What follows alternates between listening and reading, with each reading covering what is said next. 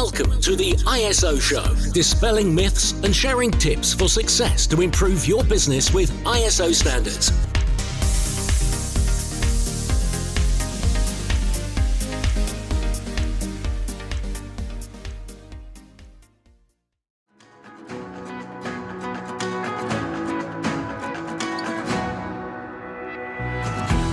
If you're listening to this podcast, then you're in great company. We've got thousands of listeners who have a thirst for continual improvement and raising standards in business. Whether your interest is in quality, sustainability, or risk standards, I'd love to welcome you as a member to our online platform for all things ISO, the ISology Hub. The ISology Hub is the leading place to get access to all of your online resources, from in-depth training courses, through to our very popular coffee break training, to templates and action plans and many other resources to help raise standards. As a member, you get access to over 100 courses, taking you from learner to practitioner to leader. The ISology Hub has all the resources that you need, which will really help to make your life easier and to help improve compliance in those business critical areas. So if you'd like access to learning and compliance resources ranging from data privacy to environmental management, anti-bribery, business continuity, quality, health and safety, to name just but a few, the list is endless actually, then we'd love for you to come and join us. Just head over to the isologyhub.com.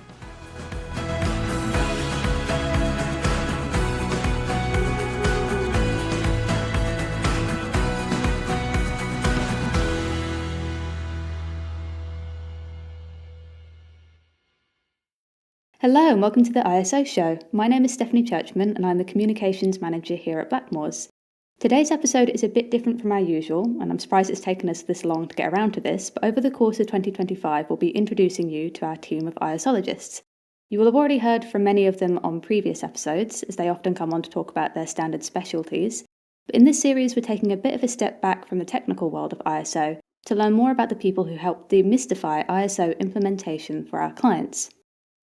Our team of ISologists come from a wide range of backgrounds with a skill set to implement over 20 different ISO standards. Together they've helped Blackmores support over 600 companies to achieve various quality, environmental and risk-based standards. And they're also instrumental in the creation of content for our online learning platform, the ISology Hub. And today we're starting with one of our senior consultants, Darren Morrow, who is our standards champion for ISO 45001 and 50001. Darren's been a member of our team for 8 years now and is known by the rest of the team as the go-to guy for all singing and dancing spreadsheets. His wealth of technical knowledge has helped us to develop some really unique tools to help our clients better understand their data and audit findings. So without further ado, welcome Darren. Hi Steph. Great to have you today, and we're going to be discussing a bit more about your own journey into the world of ISO, as it's not I don't think this world is one that many expect to find them in. I don't think it's one that many kind of go with the career aspirations to become an ISO consultant. And despite us both being with Blackmores for many years, I don't think I've ever actually heard the story of how you fell into ISO either. So really interested to learn more about that.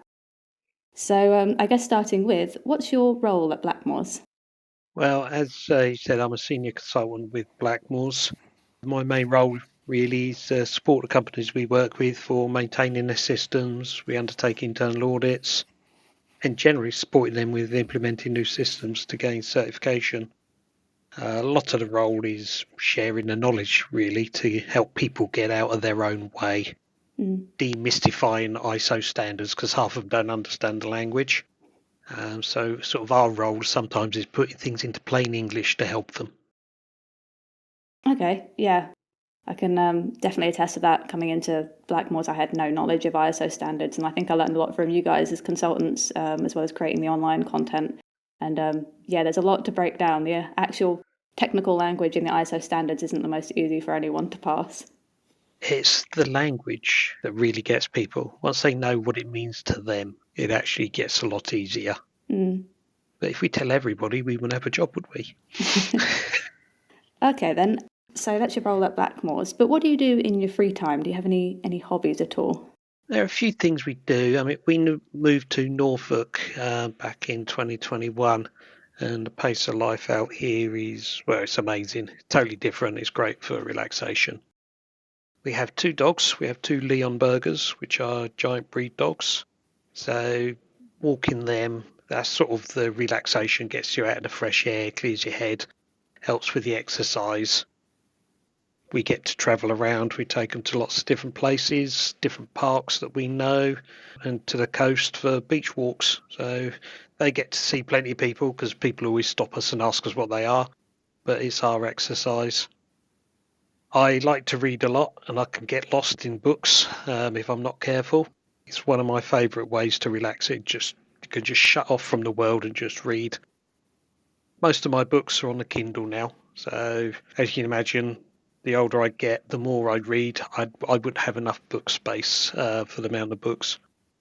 I do have a wide range of books. There's no one specific genre I stick to. I created a little list as I was sort of getting ready for this, and it kind of realised how out of control I probably have become with my books. So I kind of like crime and thriller adventure type books. So I remember reading Clive Cussler as a kid. I read Michael Connelly, David Baldacci, C.J. Box, Dan Brown, James Carroll, Lee Child, Jeffrey Deaver, Jeffrey Archer, Craig Johnson, Joe Nesbo, and I could keep going. There are loads. Horror, again, from a kid and as I got older, so James Herbert, Stephen King. There are others. Supernatural, urban fantasy and fantasy have become kind of my getting lost in world. I kind of really get hooked into them. And my favourite authors at the moment are sort of Ben Aranovich, Jim Butcher. I've read Raymond E. Feist, C.S. Lewis, Tolkien. There are more, but again, some of them when I was a lot younger. Historical books now, so C.J. Sampson. We're talking about sort of, again, crime-based books that are written in the sort of 1540s. So again, you've got no internet, you've got no mobile phone. This is just people being people. It's amazing. And then my weird dose of reality. I like Terry Pratchett. Oh, yeah. That sort of helps me get over the world. My last count, there are over 45 different authors in my reading collection. So, and my reading list keeps growing. With all those authors I mentioned earlier, I've still got books to read. And I currently have about 120 plus books in my to read collection. Oh, blimey. There's probably over 350, 400 plus books I've read that sit on my Kindle at the moment, not including the ones I've read paperback, hardback over the years. And then because I'm quite sad and I've worked in quality with standards, I like to keep track on things. So the Kindle app is really good. It keeps track of your reading streaks. And I'm currently showing that having read during the day for 343 weeks in a row. And I'm currently up to 467 days in a row. Wow. So I do like to try and read every day, even if it's a few pages to a chapter. It doesn't matter. I try to have a read at least every day. Also like to watch films. So our film collection is probably into over 1,000 now. So in one form or another, whether it's DVD or purchased through iTunes. I won't mention the videos because anyone who's too young and listening to this won't know what they are. But I have films again from most decades, from the 1930s through to modern films. So I do like some of my old black and white ones. Thrillers like Hitchcock, you can't beat him. Basil Rathbone, Sherlock Holmes. I just love those films. And then I had my moments with watching specific types of films and binge watching. Recently, I binge watched all the Marvel films, from the very first one to the latest one I got, and I watched them all in timeline order, not release date order. So you get a much better feel of how the storylines interact with each other. That must have taken a while. Well, there's a lot of films in that series. It was a film an evening, sort of on holiday, weekends, just sort of film an evening, just work your way through. But kind of, I suppose with my reading and the film collection, it shows the inner geek in me, I suppose. I say nothing wrong with that. I might have to get some of those book recommendations from you. I'm always looking for horror book recommendations. There's a few on my list I haven't read yet. That's the thing, so I don't know if they're any good, but I'll find out. I'll have to pick your brains on that at some point in the future. As well as films, I'm a big film person as well. It's like every weekend we'll watch something, I don't know, something out of the library on Netflix, whatever's new. So we're always constantly watching whatever's new. But I think we always go back to the classics. I think sort of 80s films is our favourite kind of genre. Oh, yeah. Yeah, The Breakfast Club. Yeah, Yeah, you those kind can't of beat that things. one. Yeah, the Brat Pack. Then you go back to, was it the 60s where they had the Rat Pack? Anyway, I'm showing my age there. Sammy Davis Jr. and Dean Martin and all that lot. I mean, a lot of my favourite films are from before I was born anyway. I mean, Yeah. I think my favourite series is probably the Alien series of films. Yeah, kind of didn't do it for me, those ones. We've got them somewhere. They're probably DVD or digital. We can watch them. Makes it easy. So now this is a bit that I'm curious about is, what did you do before Blackmores? What was your sort of path towards becoming a consultant? Okay. Before I joined Blackmores, my main role, so I was a quality manager for a highways maintenance contractor. And I worked there for 8 years. My first 18 months or so with that company, I was a quality manager on a specific contract we had on the Olympic Park. So we were one of many, many, many contractors that supported basically delivery of the park ready for the games.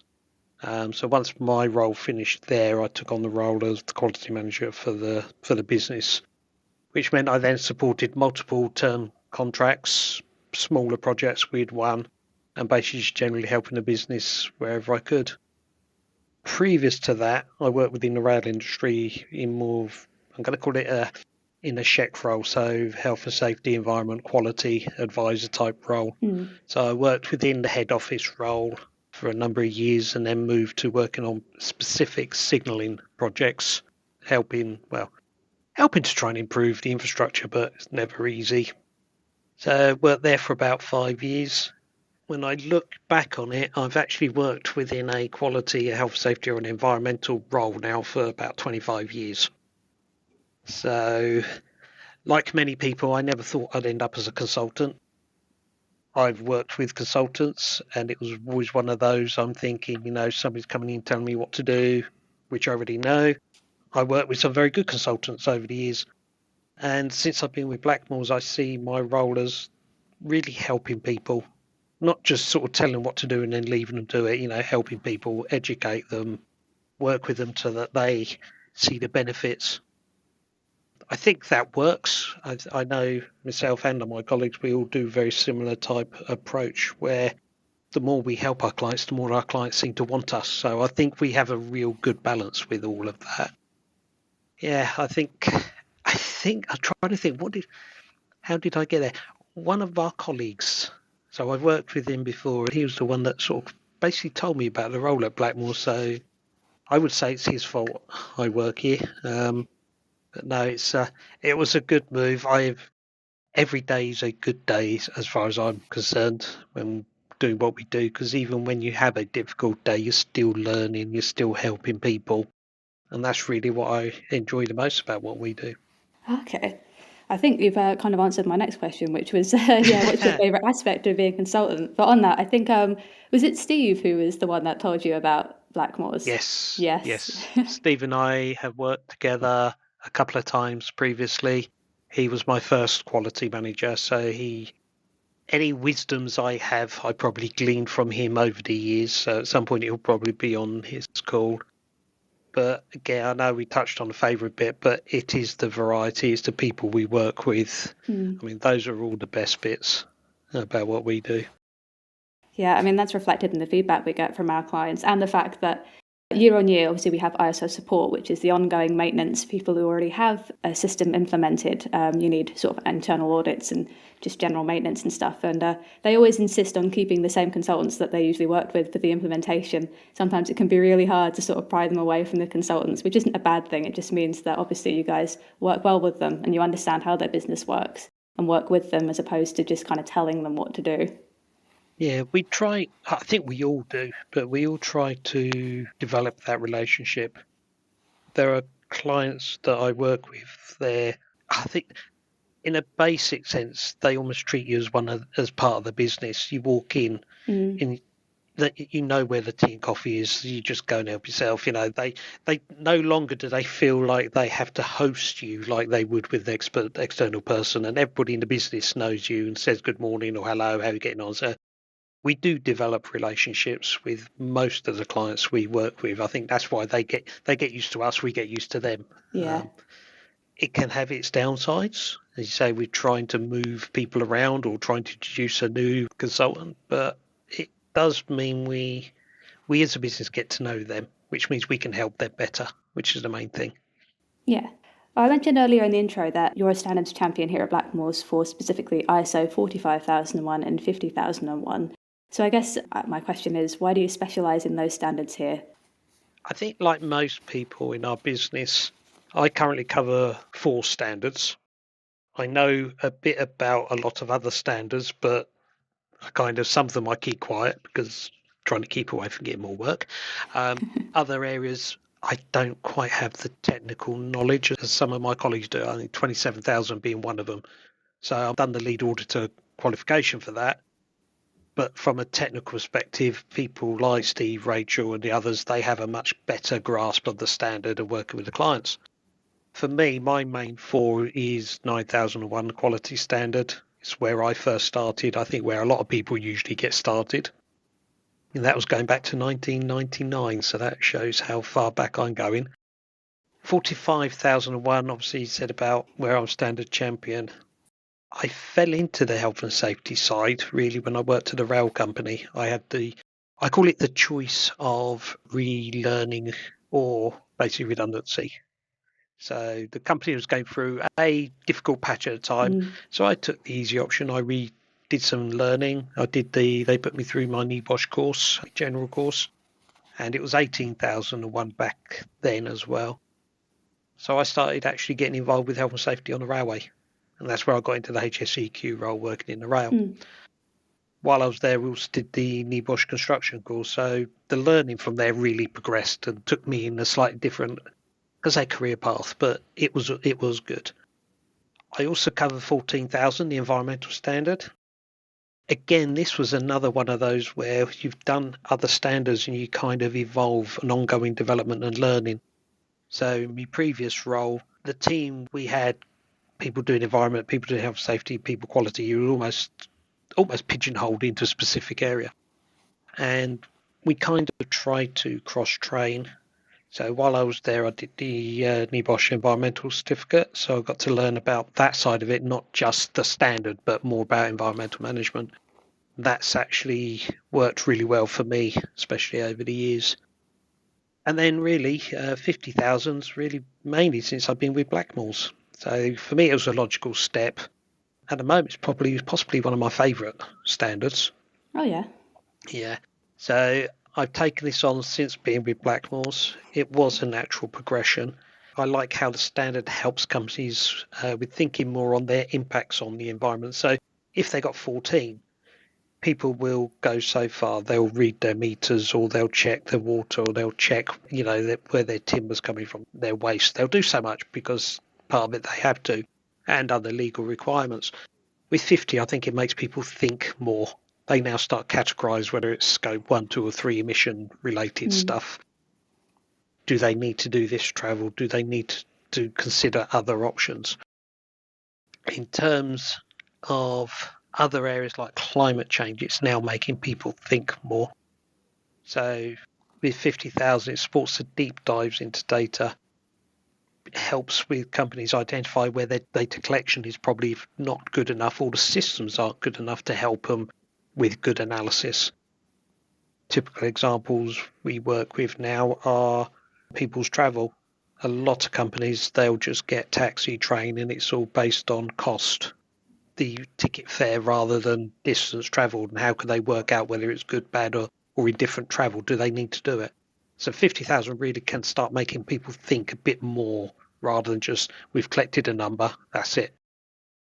I also like the way the 50,000 standard paves the way, I think, for companies to take it seriously, the whole climate change or their impact. And we have seen this as well. It can progress really nicely to newer standards like the 14064. You've got part 1, part 2, without boring anyone, but the quantification of and reporting of greenhouse gases, the verification and validation of greenhouse gases. So it's a whole big area that we're seeing big organisations move to. But I think there's that market there for a lot of smaller companies to take it seriously as well. This is where our sister company, team at Carbonology Limited, do really well. I do my bit with 50,000 clients. I try and educate them, I try and move them there and prepare the way for when they have to do more. At the very minimum, if companies do grow, they're doing this, the company does well, their growth increases, the company grows bigger, they will eventually fall into specific reporting that has to be done under ESOS or SECR. So thinking about it now can actually make that journey easier because all the data's there. So this is why I like 50. It just makes people think differently. Most of them have got the data. They just need to make sure they get it in the right way. And I mentioned earlier spreadsheets. I do like mucking around and manipulating the data and pulling something out of it and saying to the client, there you go, that's the result. So that's another one of my favourite bits about working here as well. Yeah, so it must be quite rewarding being able to see like them understand things from. I've seen your spreadsheets and it makes it really visually apparent where the issues are, and I'm guessing that kind of really highlights to people where the problems are, especially when it comes to measuring energy. Some of them might not even guess where some of their most energy consuming areas might come from. Obviously travel is a big one, but I know we've worked with projects before where it's been sort of lighting and heating and that sort of thing that's actually been the most energy consuming for them.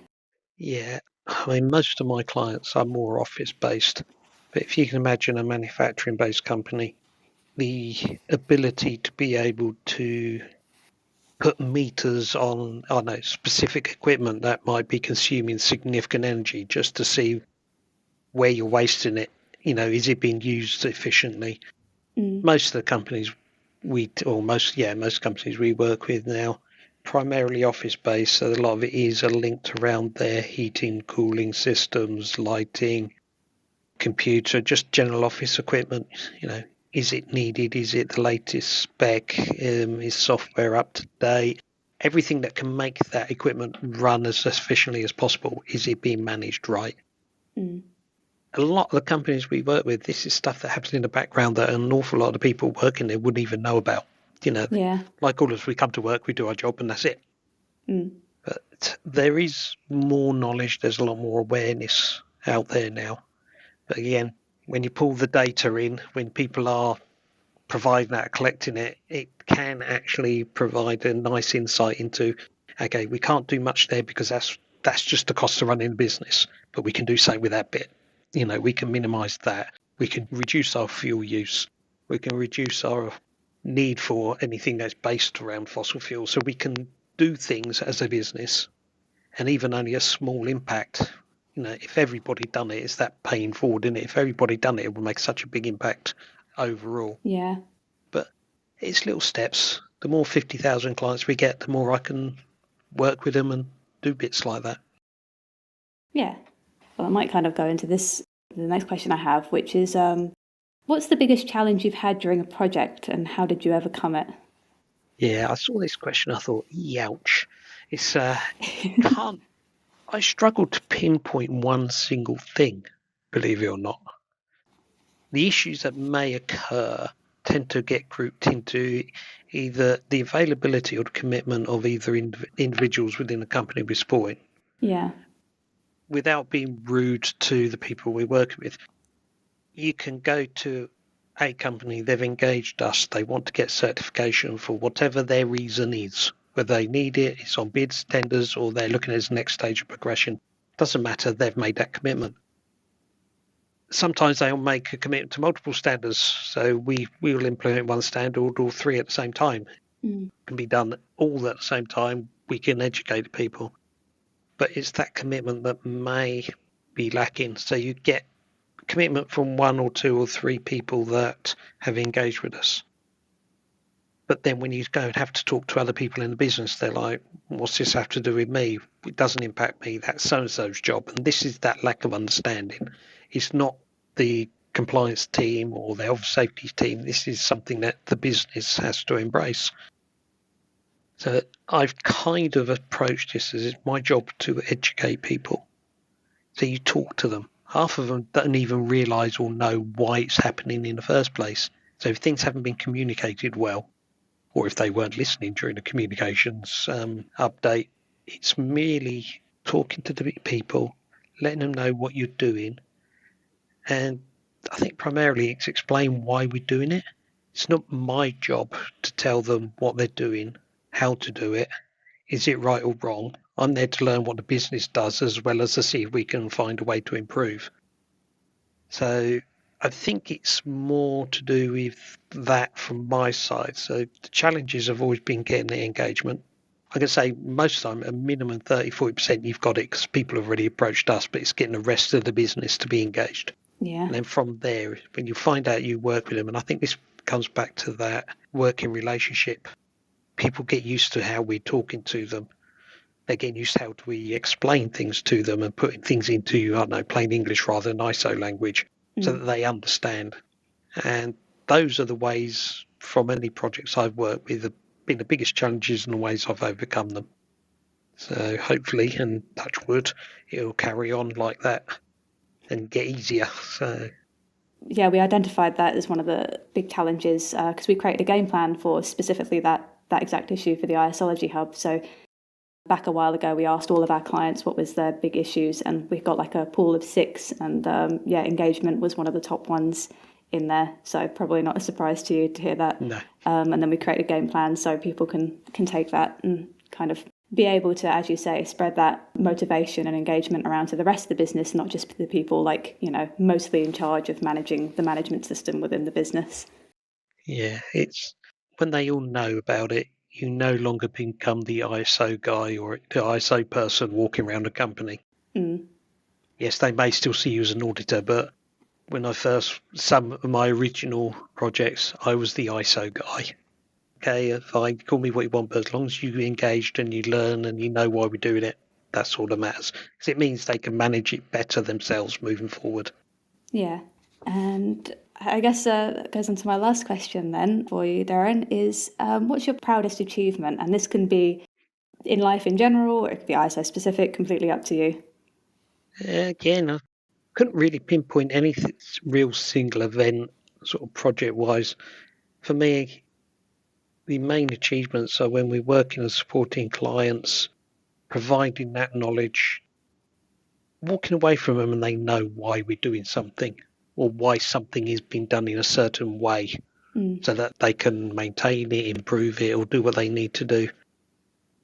Working with clients that are new to this and implementing either one or multiple standards and going through certification, being recommended for their certification by their certification body with minimal or no findings being raised, maybe an opportunity for improvement, no non-conformities being flagged up, you know that our client has actually embraced it and they're working with it. They've not let anything slide.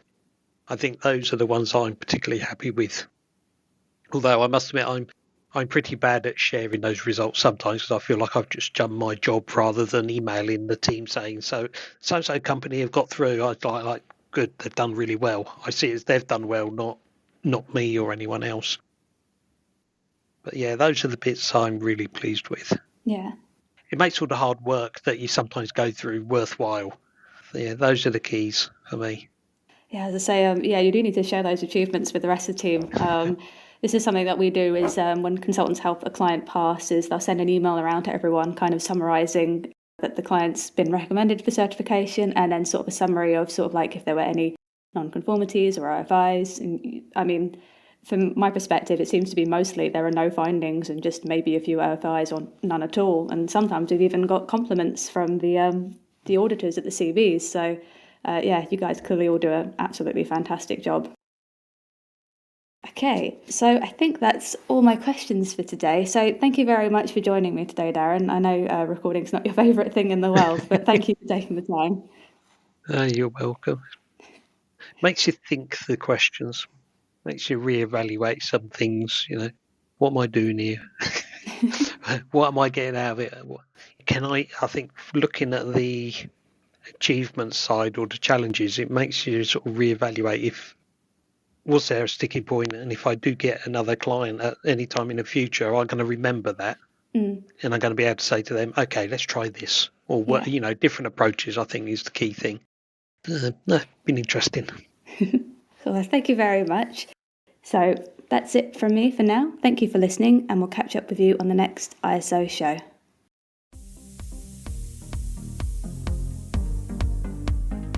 Looking to use ISO standards to drive better business practice?